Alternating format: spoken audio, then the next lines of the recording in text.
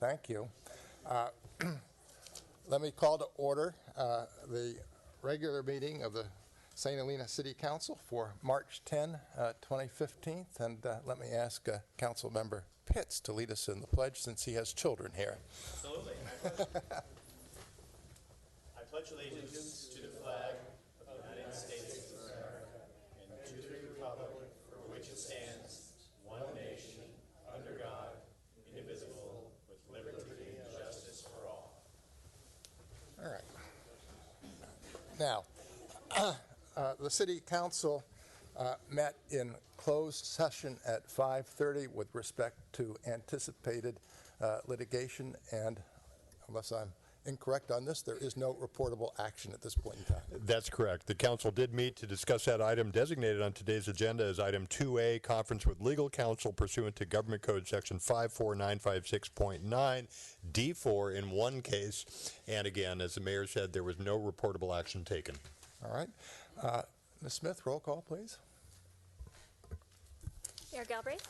Here. Vice Mayor White? Here. Councilmember Kroll? Doring? Here. Pitts? Here. The next item on our agenda is public forum. We invite members of the public to speak on matters not on our agenda, and pursuant to our rules, we limit the time to 3 minutes. Would anybody wish to speak at public forum this evening?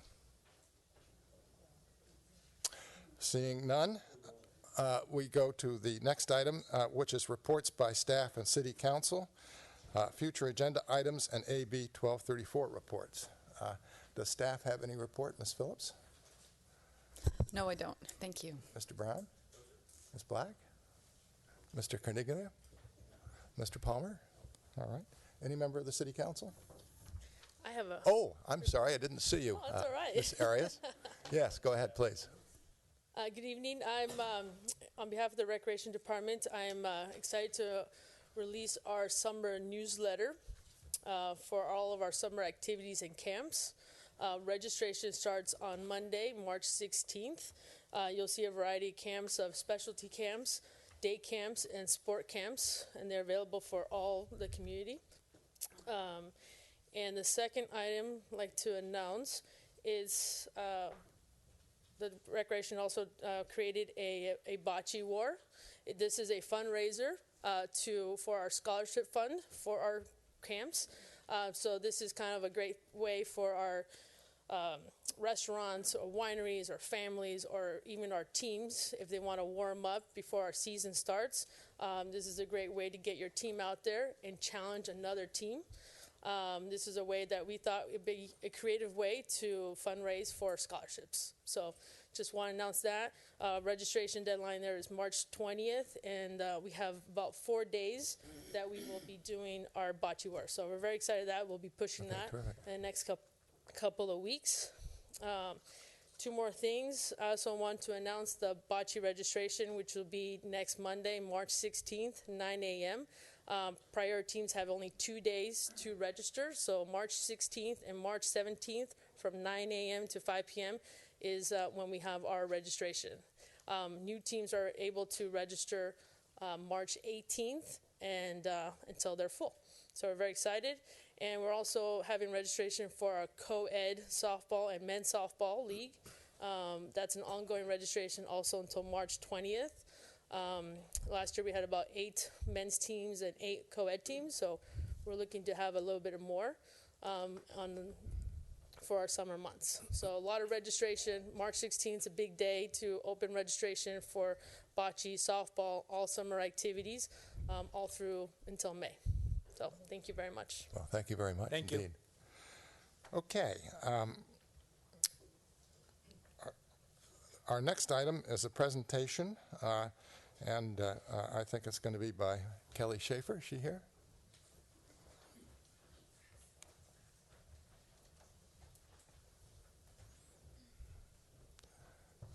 Good evening. I'm Kelly Schaefer Pitts, and I'm here with Dagan Janev. I am the president of the St. Helena Primary and St. Helena Elementary School Parent-Teacher Group, and we are here on behalf of Give Big, which is a collaborative fundraiser. We are, for the first time, all of the parent groups in St. Helena School District, along with the St. Helena Public School Foundation, are collaborating on an initiative to raise funds for all the various enrichments that we provide through our public schools. So we have a couple of videos, quick videos we wanted to show you first, and then I'll explain a little more. Okay, terrific.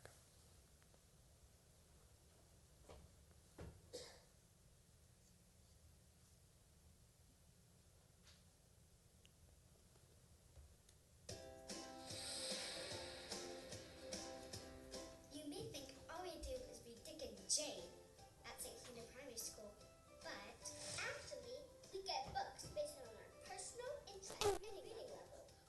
We love to read.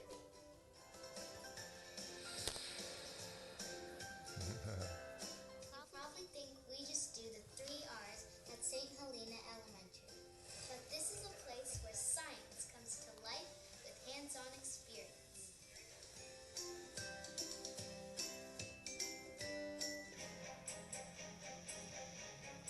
Sure, at RLS we study medieval history from dusty old books. Or not. This is how we learn about castles.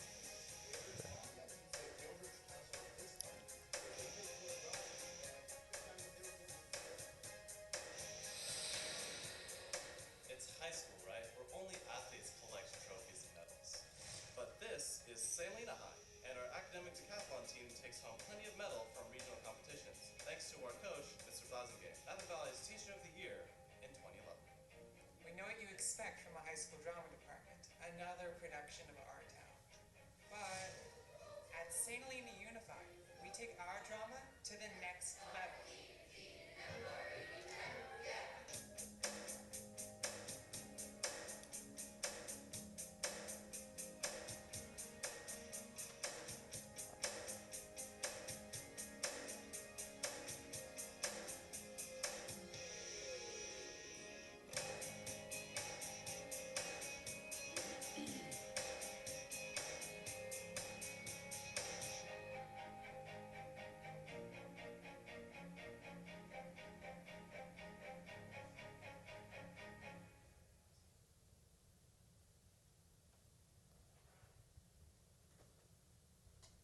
And there's one more. It's shorter. It's all right. We're enjoying every minute of it.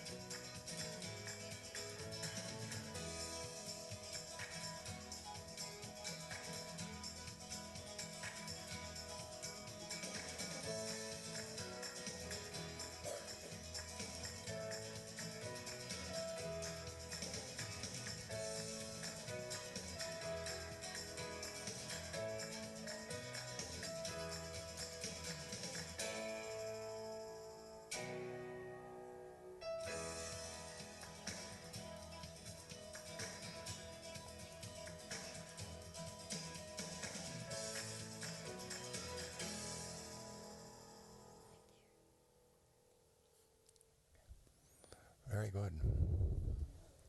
So our intention with this initiative is really not only to collaborate, but also to touch every person in our community and our alumni.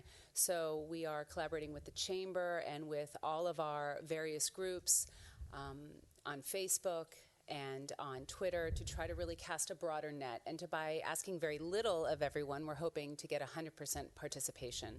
So we're here to ask for your help and participation, and also for your words to your friends and coworkers and community members to help spread the word. So I will take a few questions if you have any. Otherwise, I invite you all to visit our website and help support our children.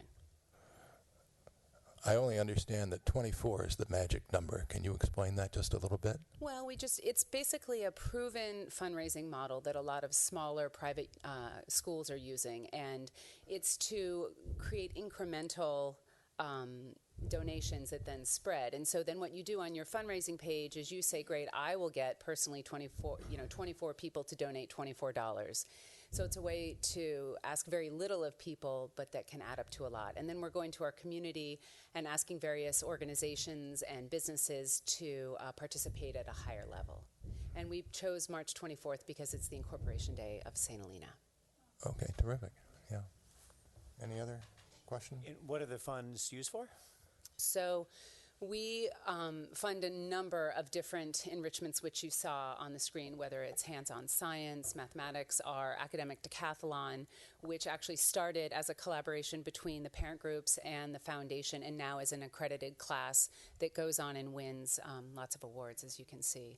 So it's really to provide all of the extras in the schools, because as you know, like any business, the majority of the funds that are collected go to pay our very worthy teachers. So the website is up and running now, right, where people Absolutely. can get an early start to get big? That's why we're Okay.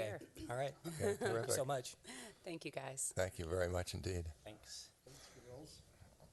Okay. We'll next move to the consent calendar. And again, any member of the City Council or the public can ask that an item be taken off the consent calendar. Our consent calendar today, though, consists of approval of prior City Council meeting minutes. I'm informed by the City Attorney that both Councilmember Doring and I can, in fact, vote since it's ministerial. But also, I would like to inquire just briefly with respect to item 11, public hearing to approve the annexation of territory into the St. Helena Municipal Sewer District Number 1, and see whether anybody would object to moving that to the consent calendar at this point in time. It seems routine to me. Does any member of the public wish to speak to that? So we'll include item 11 on the consent calendar. Move to approve the. And with that, the record should reflect that the City Council did open, conduct, and close the public hearing on that matter. Okay. We did. So done. And if I may, Mr. Mayor, Yes. I'd like to make an amended, if you could also include in the motion an amendment to the minutes to also include the verbiage that a complete video recording of the City Council meetings, except for closed session, can be found on the city website. It's basically boilerplate information on each set of minutes, but I just would like to include the verbiage of except for closed session. Okay. So I'll move to approve the consent calendar, items 9, adding 11, noting that we opened, heard, and closed the public comment period, and also that each of the minutes is accompanied by a recorded version of the minutes on the city website, Except for closed session. except for closed session. Almost got all of it there. That's good. Second. All right. Ms. Black, roll call, please. Councilmember Pitts, Yes. Vice Mayor White, Yes. Councilmember Doring, Yes. Mayor Galbraith. Yes. All right, that takes us to number 12, which deals with Las Alcobas Hotel. I've got to and- recuse myself for this. All right. I've served as an advisor to the project in the past year, so I have a financial conflict. Okay, So I'm going to go back there. okay.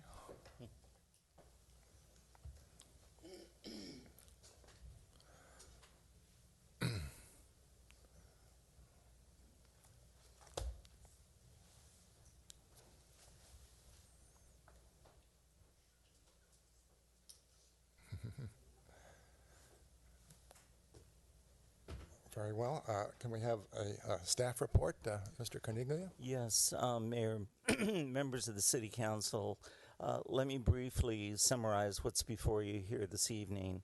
In terms of background, just brief history, this project, the hotel, was approved back in 2010. It was approved in a 57-room configuration, and since then, the applicant, in doing his various pro formas and analysis, feels he needs the additional 13 rooms to make the project as efficient as possible. So you have a request before you tonight to add 13 rooms to this previously approved 57-room hotel for, I guess, a new total of 70 rooms. The specific applications you have before you are a use permit and design review for the hotel, the additional 13 rooms, and also an increase to the city's hotel cap by 13 rooms. The city has a cap or upper limit on the number of hotel rooms. So the actions would be in relation to the hotel cap and the use permit and DRB approval. And the resolution that's contained in the staff report addresses both or all three of those items. Planning Commission on February 17th last month unanimously recommended approval of the project. In terms of the proposal itself, as indicated, it's a total of 13 added rooms. There's very little effect on the approved site plan.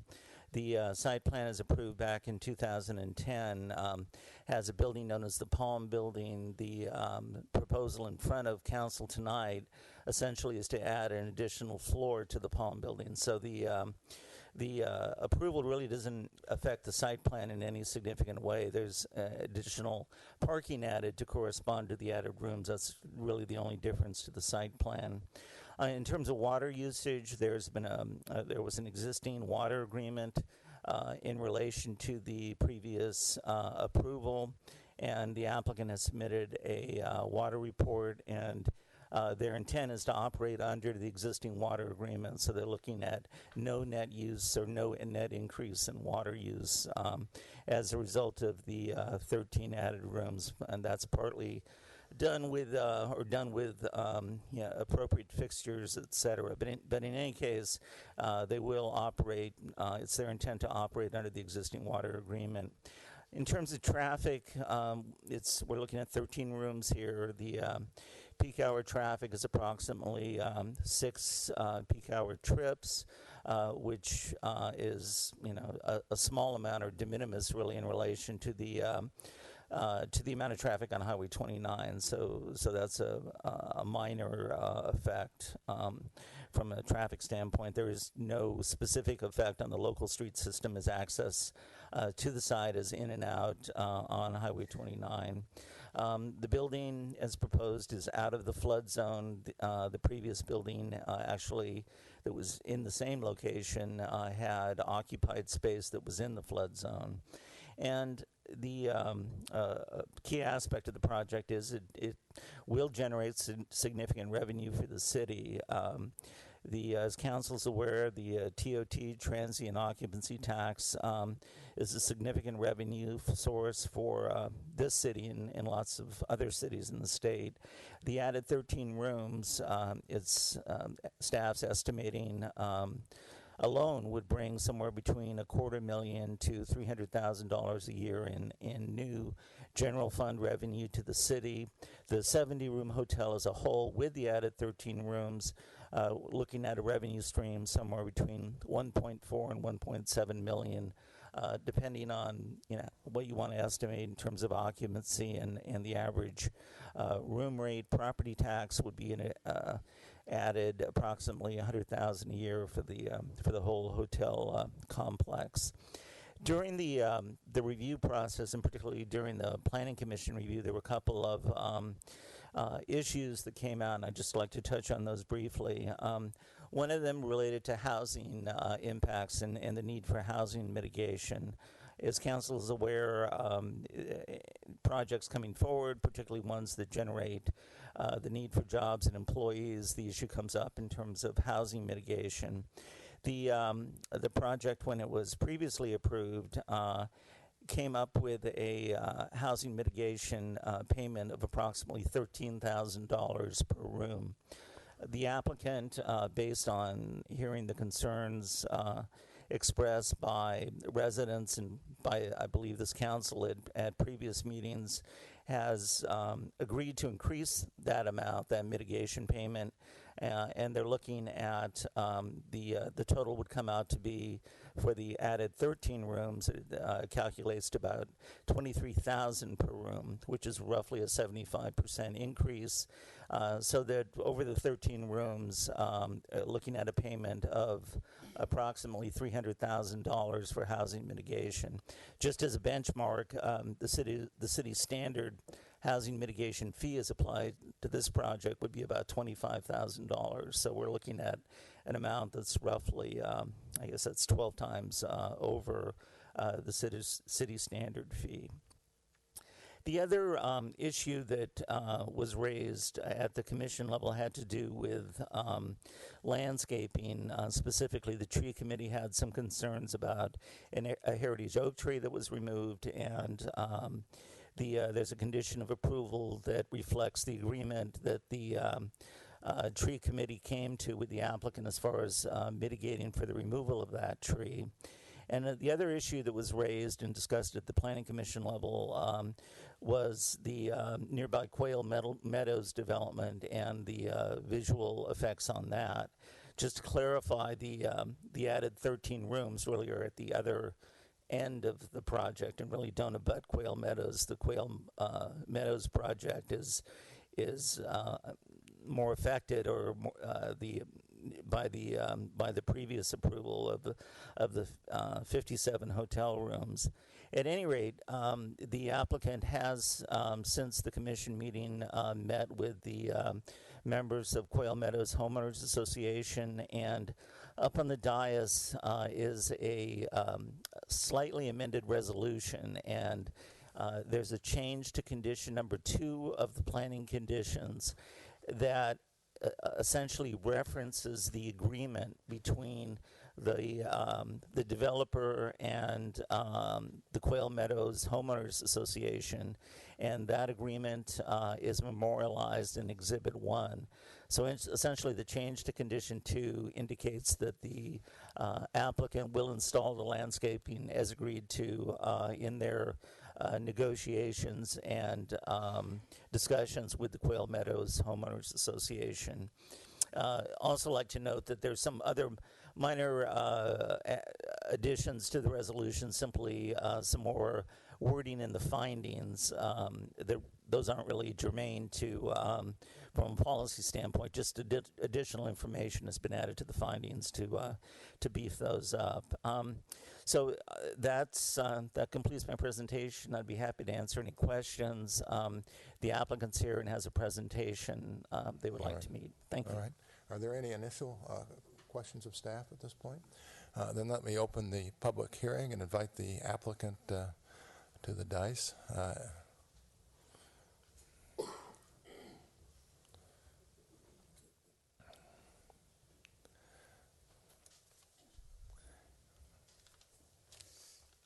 Good evening, Mayor, council members. It's tough to follow the kids, though. You guys. All right. A pleasure to be here. I wanted to take this opportunity. Can you start with your name? Oh, sorry. My name is Guneet Bajwa. I represent the ownership of Las Alcobas Hotel, and thank you for time and considering a project here. And the staff articulated the project very nicely and succinctly. So I thought I'll talk a little bit more about Las Alcobas, the hotel, the story, our design impetus, and what we foresee in this hotel. So Las Alcobas really is the vision of our partner Sam Luzeri from Mexico City, who really took to heart the idea that he wants to create a home away from home for our guests. Las Alcobas literally, loosely, not literally, but loosely kind of translates that our guests are our real treasure. His hotel in Mexico City, our sister hotel in Mexico City, is now in Condé Nast Magazine's top 50 hotels in the world. It was rated the #1 hotel by Condé Nast in all of Mexico, and Mexico has some beautiful hotels. So, I thought it would be important that, take that vision, Sam's vision, and see how we can bring it home in St. Helena. So we are, privileged that in this great town and this great location, we have this beautiful building, the Acacia House, which is, I believe, was built in 1905, and over time it was a luxury hotel, St. Gothard Inn, and then it changed and was a restaurant at one time and a nursing home during, some time. So we essentially are going back, and bringing that beautiful hotel, the luxury small inn back. Everything in this hotel is designed around the Acacia House.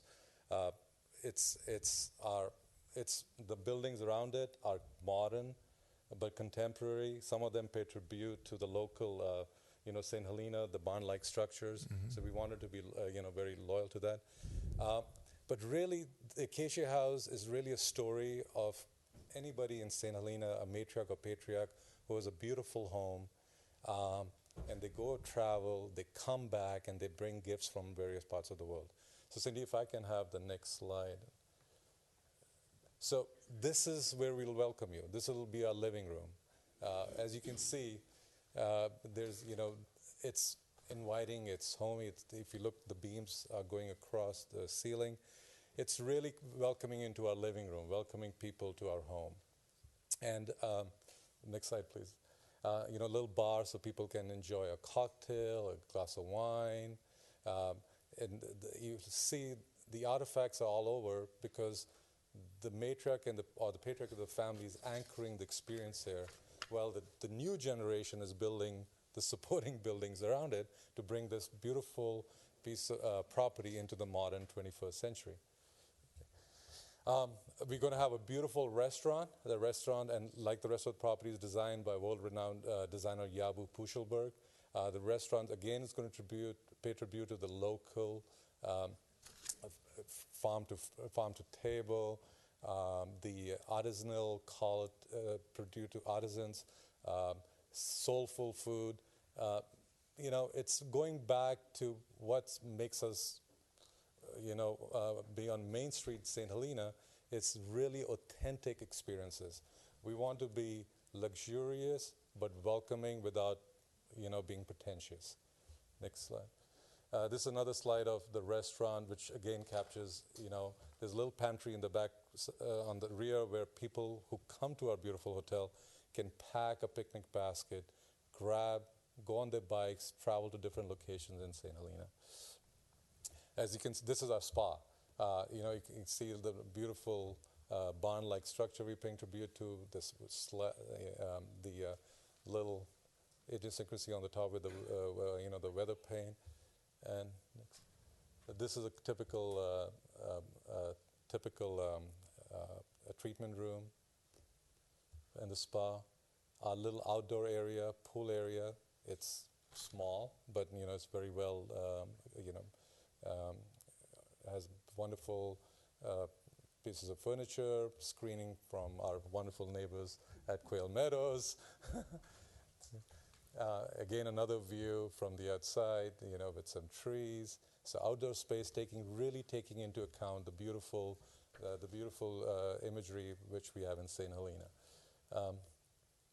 I just wanted to quickly give you some guest rooms. As you can see, some of the guest rooms, we did, these are black and white, so once you put the color in, you'll see how amazing these are. Having fun with the bathtubs in the room. This is a typical guest room, bathroom. There's five fixtures in here. And, one of our suites. So my point is that I wanted you to have a little glimpse of what's coming. This is going to be a beautiful, beautiful hotel where everybody in St. Helena will be really proud of it. I think we can beat the hotel in Mexico City. I hope he's not listening, but I think we can beat the hotel in Mexico City. The 13 rooms are extremely significant to our well-being. It allows us to gain critical mass. It makes us more efficient. It allows us to partner up with our friends at Behringer and Harvest to bring the kind of quality groups we want in this town. People will pay high ADR because that's a win-win for everybody. I believe adding 13 rooms is a complete win-win. We went to the Planning Commission meeting and we listened, and there was some concerns like Victor articulated, and we addressed those. We met with our neighbors. Even though the new 13 rooms are coming on the other side, we're facing Behringer, our neighbor, on two sides. But we felt that if we are going to be here for a long time, and we needed to be extremely collaborative because that's our nature. We want to create win-win opportunities for everybody. So I think we have a wonderful start to a new friendship with our neighbors to the south. Will it be the southwest? Mm-hmm. Southwest. I think we are making a significant contribution to the affordable housing. I think that gives it a boost it needs. The 13 extra rooms are, really increase revenue without causing any increase in employees. At 57 rooms, we already had all the stuff we need, all the redundancies we had. The hotel's probably going to employ between 50 and 65 people. The same GM, the same director of sales, the same front office manager, the same concierge will be there. With 57 rooms, we were not as efficient on our housekeeping side, and that redundancies which we had will make sure that we take care, if there's any needed housekeepers for that. We will incentivize our management company is one of the largest management companies in the world. We are co-managing with IHR, and the communities they go, they incentivize the employees to use public transportation because that's an issue. We'll incentivize our staff to use the wine or from our neighboring cities.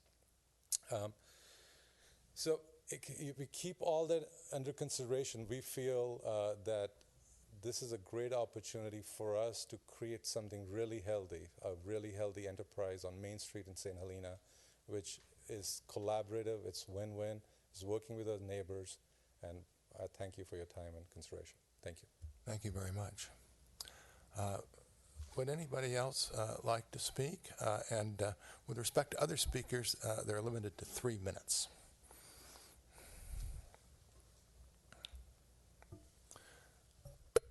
Hi, my name is Polly Ogden. That was quick. Whoa. You could start over. I'm electrifying. I live at 1850 Granger Way, which is in the Quail Meadows Homeowners Association.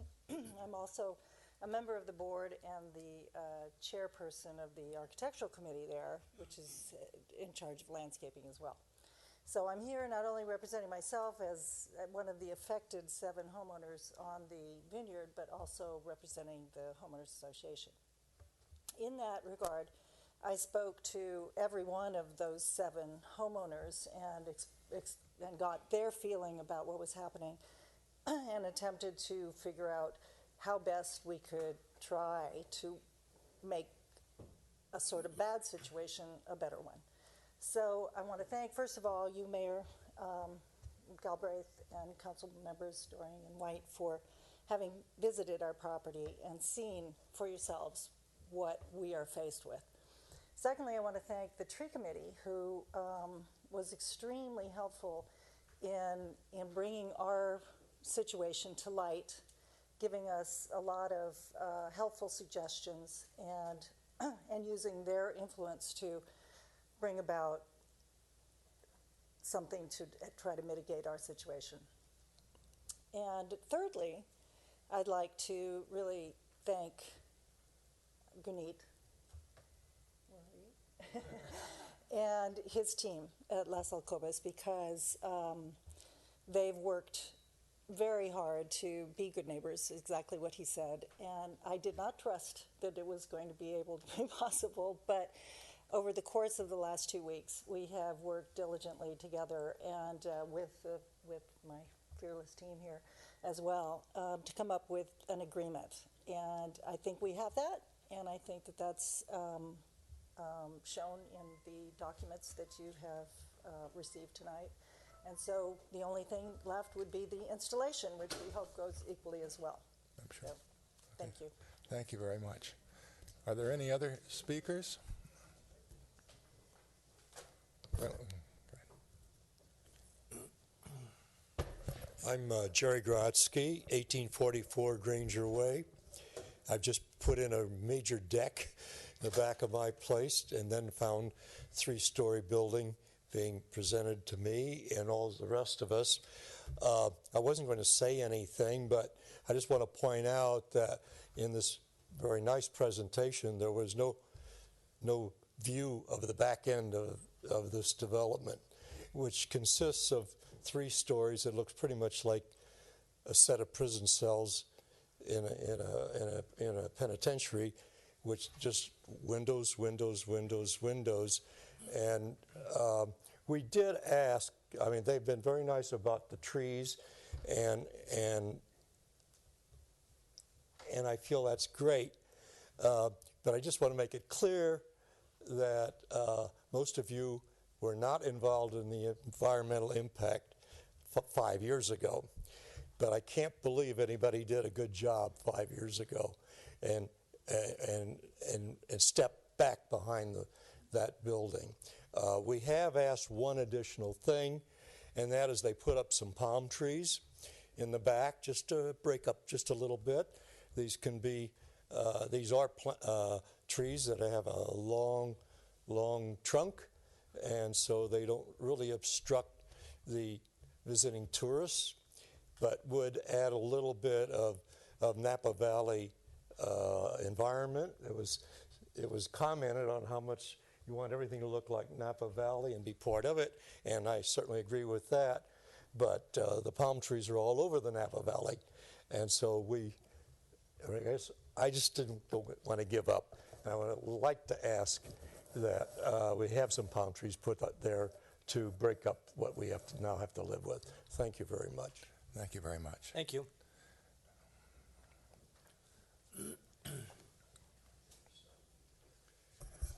My name is Marty Bennett, 1859 Madrona.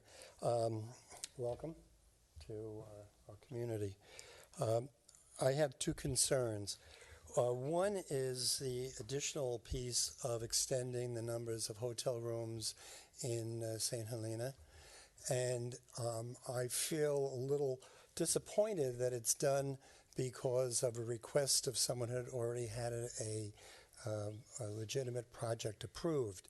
I think as a city council, I would hope that you would look at the whole issue of growth of hotels, which are valuable for TOT and provide the revenue streams, all the things that we hear, but that be done intentionally and not as a consequence of a business plan. I would also hope that you would look at this request because it comes after it being approved. And when you build a business plan, you build a business plan to be successful. And later on you come and say, well, I really need those extra rooms. So it's the add-on factor that concerns me less from your proposal, because it's very lovely, but more from the council, just approving something, add a little more, add a little more. So what happens when people are coming back? Well, we need a little more. So we want maybe 10 more rooms. Not in this project, some others. So sticking to what was agreed on and also vetting people that they really know what they want so that it doesn't throw the people into some sense of disease. I think the willingness of the people to the business owners to really respond to community needs is wonderful, and I'm glad that you have it. And I was shocked to see the monstrous 3 stories too, but I hope it works out for you. But if not, I'm sure you can come back to City Council and ask them to help mitigate it. All right, because if the trees don't please talk to grow- the City Council, Mr. Bennett. Yeah? Please Oh, I face know. us. I'm sorry. But they'll come back, I hope, and ask you to put larger trees in if they don't maintain their privacy. Okay. Thank you very much. Are there any other speakers?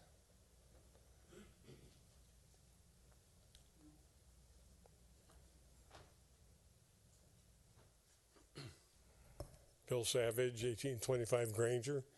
I don't look at the project, so I'm not commenting on that aspect. But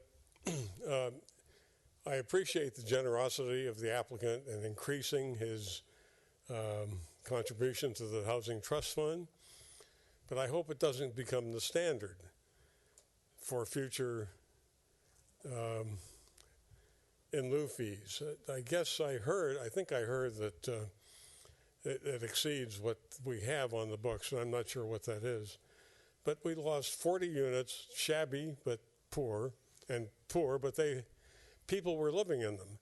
We got 22 affordable units that were going to be built, And instead of dividing the 750,000 by the whole number of hotel rooms, maybe the way to look at something like this is to divide it by the number of units that we need or have lost as a result. So in this case, with 750 and divide that by 22 units that we lost, that's about $35,000 a unit.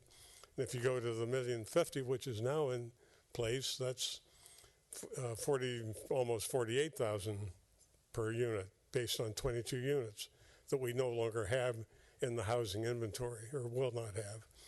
So therefore, I would like the council to consider what we're losing in the future. I don't see anything here that needs to be changed. It's been agreed to and so on. But in the future, I think we need to look at what a reasonable payment is. The last little house that sold on Allen Street was put up for $950,000, and I told you it went for over $1,050,000, and she said, well, during the Depression, we should have bought some of those things. I agree with that. Thank you very much. Any other speaker?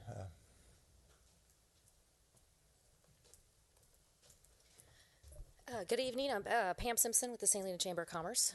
Just want to say that we're strongly supporting this project. We think that not only is this a great revenue source for the city of St. Helena, which desperately needs it, we think the additional 13 rooms is the best way to go about this. It's the least amount of impact to adding hotel rooms to already approved projects is the best way to have the least amount of impact and have a high value return.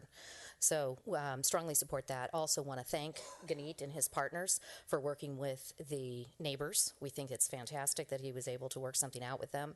I know that they have been cooperative and plan to be collaborative with other businesses in town. We think these are going to be great neighbors for us. We welcome you to St. Helena, and we thank you for bearing with us, and we hope that you support this project. Thanks. Thank you very much. Thank you.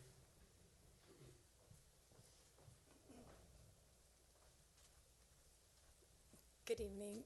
I'm Sandy Paoli. I'm the general manager of Behringer Hospitality. Actually, our property does, we border two sides of the Los Cabos property, and we're very excited to have them as our new neighbors, and we're very looking very forward to partnering with them. They've been very gracious to us in coming over and explaining what the property as it's come to fruition at this point, and we're very excited to have them as our neighbors. Thank you very much. Thank you. Are there any other speakers? The applicant has the opportunity, if he wishes, to rebut, but I don't really see much to rebut here at this point in time. And so, absent any further speakers, I'll close the public hearing and open it up to council discussion, and I'll call on the vice mayor first. Well, I agree with the findings, and also I agree with some of the speakers who have said that, the Los Alcobos people have been outreaching and willing to work with the neighbors, which I really appreciate. Because we have a lot of different times we have developers or neighbors that don't get along, and it's refreshing to see how everybody's come together on this project. So I really don't have any other items but I see that this is one of those projects where we're not being inflexible, and I see this as a win-win that we're able to not increase the footprint but increase the rooms on the property. And I think it makes a lot of sense. And Mr. Doran? I have a couple of comments, but I have a couple of questions first for staff. I'm a little confused in terms of our water neutral policy. Is that something that's still in place in the city of St. Helena? Yes, it is. Okay, so irrespective of the water use agreement, there would be a requirement from an applicant to show that the project, in my mind, the 13 additional units are water neutral? or what are we comparing that to? First of all, yeah, the first question, do they have to show that? And then what comparison are we looking at? Because I'm troubled by the different comparisons under the policy. Okay, well, in this case, there is an existing water agreement that sets a baseline for the hotel. What the applicant is saying is the additional 13 rooms are not going to be adding over and above that amount. So from that perspective, there is no net increase in the amount of water that the city has already agreed to allocate to this project. So from that standpoint, it's water neutral. And the reason being I read the water analysis, but the reason is that they're using more efficient water fixtures throughout the entire project than they were initially using, and the savings from the 57 rooms is more than adequate to provide the water for the next 13 rooms. So I don't see this as any issue under our water neutral policy. Now, my memory is that the water neutral policy today is in a resolution of the City Council that was passed pursuant to the water management plan sometime back, at the point where we said that we were in, quote, surplus, end quote, and we then said, hey, we're going to continue the water neutral policy. So that's where that is today. But irrespective of the water agreement, there's a separate analysis on neutrality, correct? That's correct. Yes. And as the mayor just indicated, the analysis that's attached to the report indicates essentially it's kind of an update in terms of the overall fixtures the hotel proposes, with the conclusion that based on the usage of those fixtures over the entire 70 rooms, that the additional 13 rooms will not increase the amount of water used. Did somebody vet the calculations that were presented in the? I mean, did somebody else look? Were you the one who looked at the report itself to say, yeah, this makes sense to me? Because I'm looking at these numbers and I'm comparing really I noticed just coming in today that there are different assumptions in terms of the duration of use from the first water report and then this water report. And I'm curious, it says, an 8-minute shower. And I don't know, and then you do the math and you can do the calculations, but the other report said a 12-minute shower, which to me is still low. I mean, I have a 13-year-old daughter. I'm going to send her over to Las Alcobas.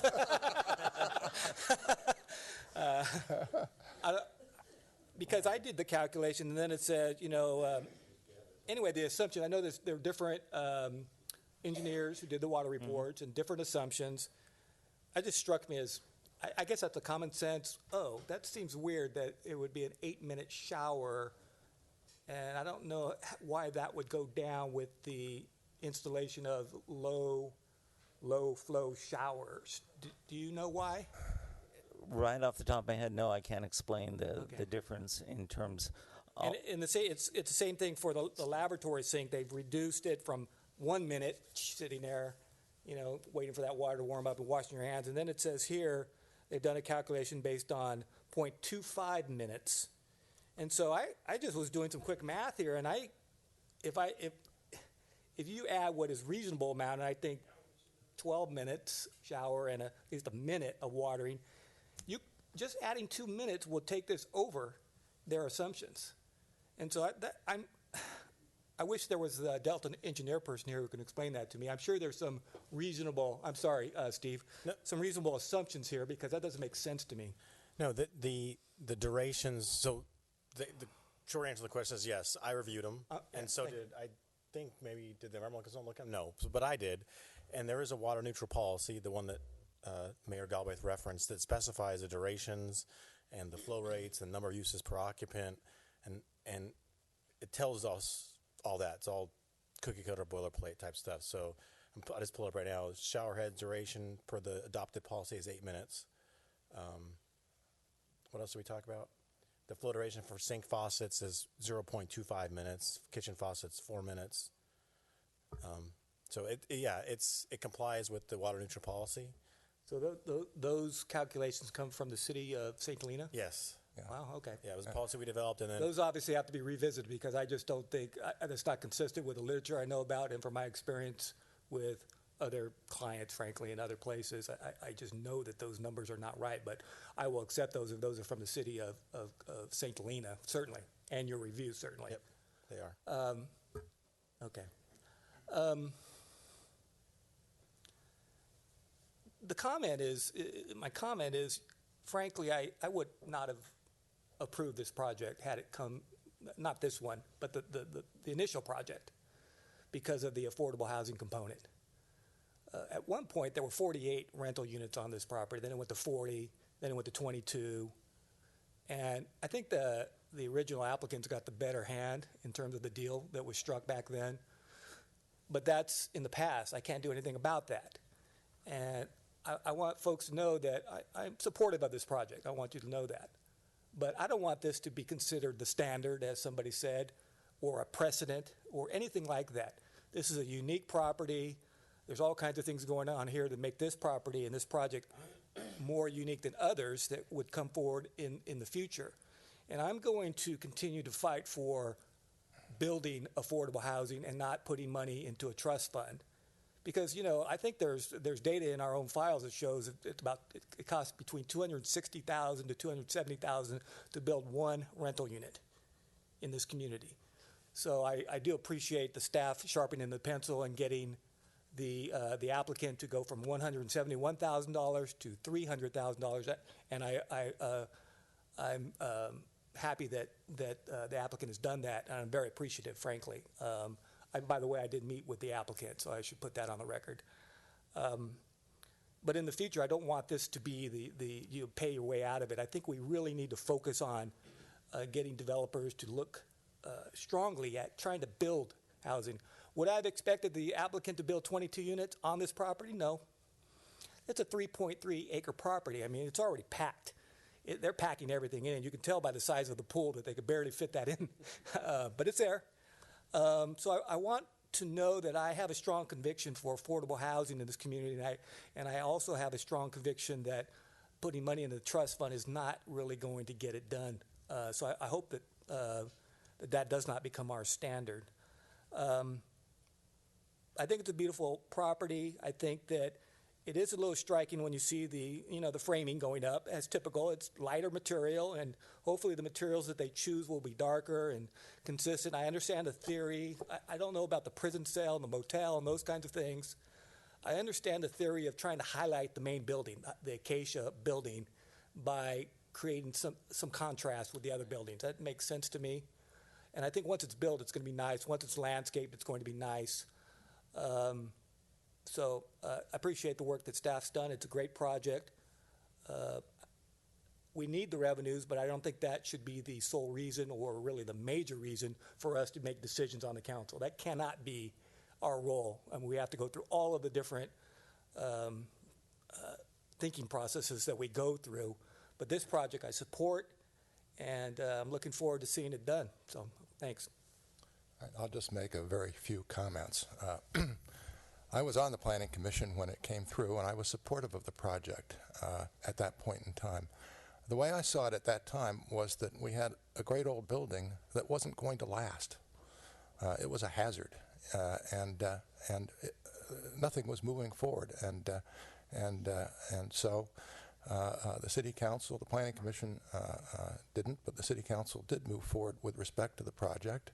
I thought that was the right decision then. I think it's the right decision now, and I fully support the adding of the 13 rooms. I don't think it creates any meaningful incremental impact, and I think it will greatly benefit the project and greatly benefit the city. I've already spoken with respect to the water issue, and the bottom line there is, in any event, there is a water agreement, and the city will monitor the water agreement, and there are, as I recall, some significant penalties if anybody exceeds water usage in the water agreement. But this is a project where we clearly need to move forward. We clearly need to move forward now. We need all of us to be as supportive as possible of this project so that it succeeds. And therefore, my vote is very strongly in favor of this application. I also, quite frankly, want to thank staff. for working with both the developer and with the neighbors and coming up with condition 3 in the resolution, where at the end of the day, you're the final arbiter, and I appreciate that. It's great work, and this is the kind of collaborative effort that benefits us all, and when staff takes a strong role, all of us in the city also benefit, and I'm appreciative of your effort here. Thank you very much. So at this point, the chair will invite a motion. And use the new resolution. The recommended action. Right. Yes, and new resolution. The new resolution. So I move to approve the findings attached to the addendum to the previously approved mitigated negative declaration as adequate to address the environmental impacts of the project, a copy which is attached. Approving an increase in the upper limit on the total number of hotel rooms allowed in the city by 13 rooms, from the current maximum 329 rooms to 342 rooms, and approving the use permit and design review applications for the 13 additional hotel rooms, subject to the conditions in the attached resolution, which is the new resolution that we got this evening, and setting forth the findings in support of the council's actions and decision. Second. Ms. Black, roll call, please. Vice Mayor White? Yes. Councilmember Doring? Yes. Mayor Galbraith? Yes. Thank you very much, everybody. We appreciate your attendance at this very important hearing. All right, that takes us to our next item, which is 13 council assignments to various city and Napa County boards and commissions. And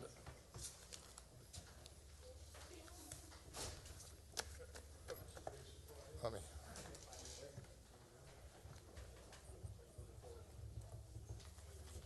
I think we can just move forward. Yeah, we can.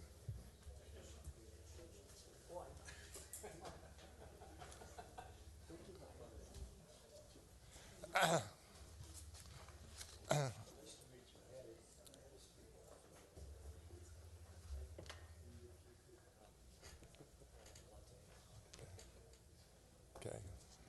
All right. This is, let me speak to this one just very briefly. This one's on the agenda because Councilmember Doring has not ended up on any committee that has other, that regularly meets, that is sort of inter-county or inter-city or with county representatives. And so, Mic down a little bit. pardon?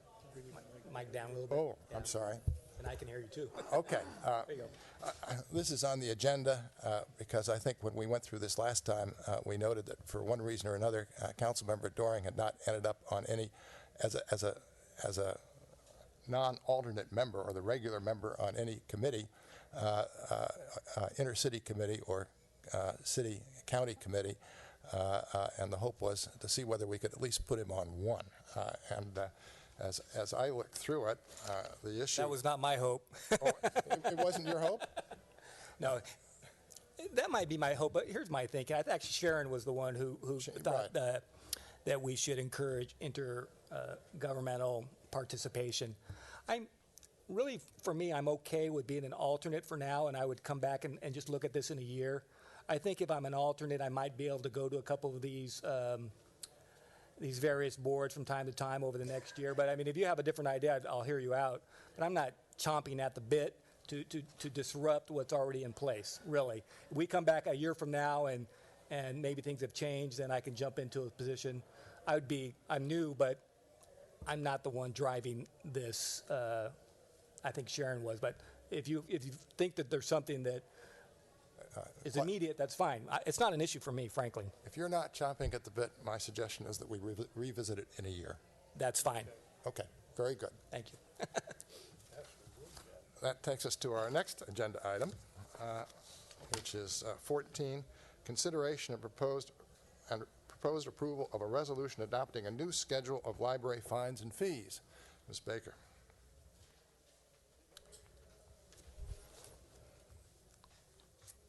A evening. I'll be quick, I think. Never would have expected that I could be last on the agenda. We might actually get out of here a decent time. Anyway, was this last summer I was working with one of our fantastic volunteers to update the library's website, and in the process of reviewing our content on the site, discovered that we had not updated our fine and fee schedule in some time. In fact, we were still claiming that we were charging $1 a piece for floppy disks, which we have not actually offered for some time. So we decided, the library board and I, to review the fine and fee schedule, and we did that back this late summer, early fall. And so what you've got in front of you is what the library board has recommended, which is based on my recommendations. And so just wanted to get your approval. All right. Are there any initial questions of Ms. Baker? Let me open it up for a public hearing. Does anybody wish to speak at public hearing? Seeing none, I'll close the public hearing and invite council discussion. I was just curious as to how, some of these penalties and fines, not being in the context of some benchmark, I'm not sure how to measure them. How do these relate to what they are today? Well, it's a slight increase on a couple of things. So, for instance, the per day fine on materials kept overdue is currently 20 cents per day per item. And so we're recommending an increase to 25 cents. So the other thing that we're recommending is a maximum fine charged of $10. Right now it's $6. So we'll be pushing that up a little bit. A couple of things, we're actually just been remiss in getting our policy in line with our procedure, because this last, at the beginning of the fiscal year, we started charging a $10 fee for completed interlibrary loan requests, and we had neglected to bring that forward in having the fine schedule changed. So we changed that at the beginning of the fiscal year when the new budget was adopted. So some of the other things are just, again, it's just kind of cleaning up. So like, we don't offer faxing services anymore because we don't have a fax machine, and also the meeting room one is another one that we is somewhat significant in terms of an increase. Right now, the current adopted schedule is $20 for 4 hours or less and $35 for all day, which is really, really small. I mean, it's not a fancy room. I wouldn't even really call it a nice room, but $20 is pretty cheap. And just trying to get it in line with what we're charging for some of the other facilities in the community, like the Carnegie has a per hour charge, and so we are recommending that we do the same. We're not ratcheting up a lot, just trying to make it more in line with the way things are scheduled throughout the city. I'll actually admit, when I saw that last night, I said, that's a deal. I need to have some meetings there. I know. You don't get much for that, though. Table and chairs. At a really loud HVAC. Sure. Do you have an overall sense of what the current total revenue on an annual basis is from all of these various fees, and kind of roughly what it would be with the new increases? I honestly don't. I can tell you that in previous years it's been around 11,000, but we've made some changes in the last year that have affected that. Like, for instance, we used to our copying and printing, it used to be on the honor system, and so if you hit print on the complete works of Shakespeare and then walked out the door, we had no way to stop it, and so now you have to pay before it will print. So as a result, we're actually collecting more of the money that we should have been getting all along. So I know that our revenues are up compared with last year just based on that alone. But it's not a significant amount of money. Tell me more about the meeting room itself. How big is it roughly, and what is inside of it? It's not a terribly large room. The occupancy rating on it is 26. And we have tables and chairs available. We do have some AV equipment. We have a television, not quite as big as this one. And people can, they're responsible for their own setup and everything. But that's pretty much it. And of course, they have access to the restrooms. How frequently? Not terribly, because we have so many programs that we can't. The times that it's available for people to use are pretty limited. We also don't allow use when the library is not open and staffed. Although it does have an exterior door that people could get into, that was creating a lot of problems, and so we decided a few years ago that it was only going to be available when we were open, and so it does get used several times a week. But generally, it's not used a lot. The other thing that we did away with that we're bringing back is we used to have a waiver for nonprofits. So nonprofits could use the space for free. And the thing that was happening with that is that everybody was suddenly a nonprofit. And we weren't asking them to prove it. And I think Greg's even a nonprofit. So we just did away with that at the beginning of this fiscal year, and so now it's the same fee across the board, which is the whopping $35 a day. So what we're recommending now is that we increase the fee a little bit. So rather than $20 for 4 hours, it would be $25 per hour, but that we offer a rate of $15 an hour for certified nonprofit organizations. Okay, thank you. Any further questions of Ms. Baker? Then thank you very much. Thank you. Any further discussion? I'll invite a motion to adopt the new schedule of library fines and fees. So moved. Second. Roll call, Ms. Black. Councilmember Doring? Yes. Pitts? Yes. Vice Mayor White? Yes. Mayor Galbraith? Yes. And I think that concludes our agenda, and we Thank you, stand Jennifer. adjourned.